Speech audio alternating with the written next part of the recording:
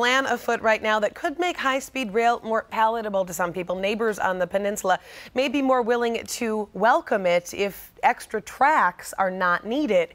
The high-speed rail project would allow passengers to go from San Francisco to Los Angeles in less than 2 hours and 40 minutes when it's all completed. State Senator Jerry Hill just unveiled a bill guaranteeing the trains would run on the 2 existing tracks, sharing them with Caltrain on the peninsula. Hill's bill also provides funding to electrify the Caltrain tracks. Well, for more on this hot button issue along the peninsula, we are going to be here with Jerry Hill. Thank you for joining us this morning. This has been a point of contention for thousands of people and the communities on the peninsula. On one hand, they voted for high-speed rail, the idea, but the reality of 80 to 150 mile an hour trains going through their communities has got them on edge and has them fighting it. Oh, it's the reality of the speed, as well as they were going to have 4 tracks rather than 2. There are 2 tracks currently, 4 tracks from San Jose to San Francisco, and the proposal to go 60 feet in the air with the viaducts that they were planning to raise the train, which would scar many of the communities on the peninsula and create a real difference between the east side and the west side. Well, where are we now on the issue of the tracks? Because when I go down to the peninsula, that's what I hear about. I have people that say, look, this is going to be a safety issue. We want the tracks to either go down into a tunnel, or they didn't want the viaduct, they want it underground. Is that still possible, or is that the cost out the window? Well, the cost, it's pretty clear we're not going to go into the viaducts to go higher. That won't work at all. So you either have to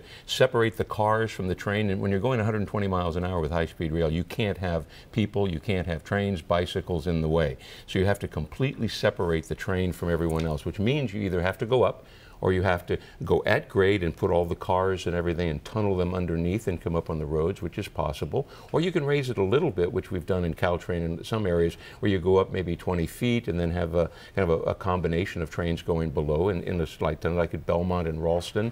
Or you can, what I'm hoping we'll do is trench in many areas where you could trench below, have an open, which is a lot less expensive, trench the area, go run the train underground, and then fill the top, and you can't cover it completely, but you can cover a large portion of it, and then develop that land on top that could be used for some public purposes or developed for some economic benefit.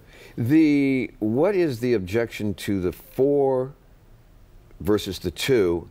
And how does that affect the overall idea of high-speed rail? Because in order for high-speed rail to move, you have to move a lot of trains fast. And limiting it to 2 trains, rails, one going one way and the other, isn't that going to defeat high-speed rail? Well, it will defeat it. It won't defeat it at all, because you could run many trains on that, because there will be some bypass tracks, some passing tracks that will be developed along the peninsula from San Jose to San Francisco, so that when the commuter train is going through slower, it can go around and the high-speed rail can go faster.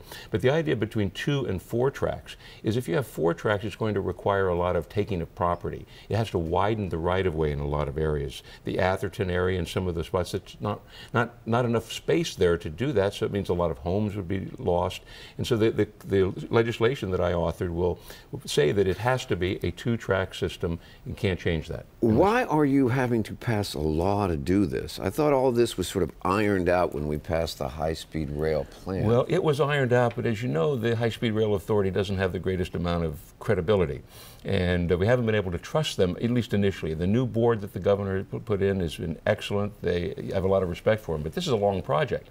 And 15 years from now, that may change as this is working through. So this law will actually codify and make sure that that there's clarity and safeguards in place, that they can't do the things that the community really doesn't want them to do. Okay, final question, though. It brings to the question is, are you legislating engineering decisions? And is that the smart way to go? Well, it's not the smart way to go to legislate engineering decisions, but this decision was already engineered. It was already made, the decision was made. All we're doing is taking the existing law that was passed last year and making sure that it's clear that the safeguards are in place to protect the communities on the peninsula from San Francisco to San Jose, so that they can't, years from now, do a bait and switch, which we're always fearful of. It's got to have it in writing. The deal's got to be in writing. I love it when when state government doesn't trust state government. It really says something about the state.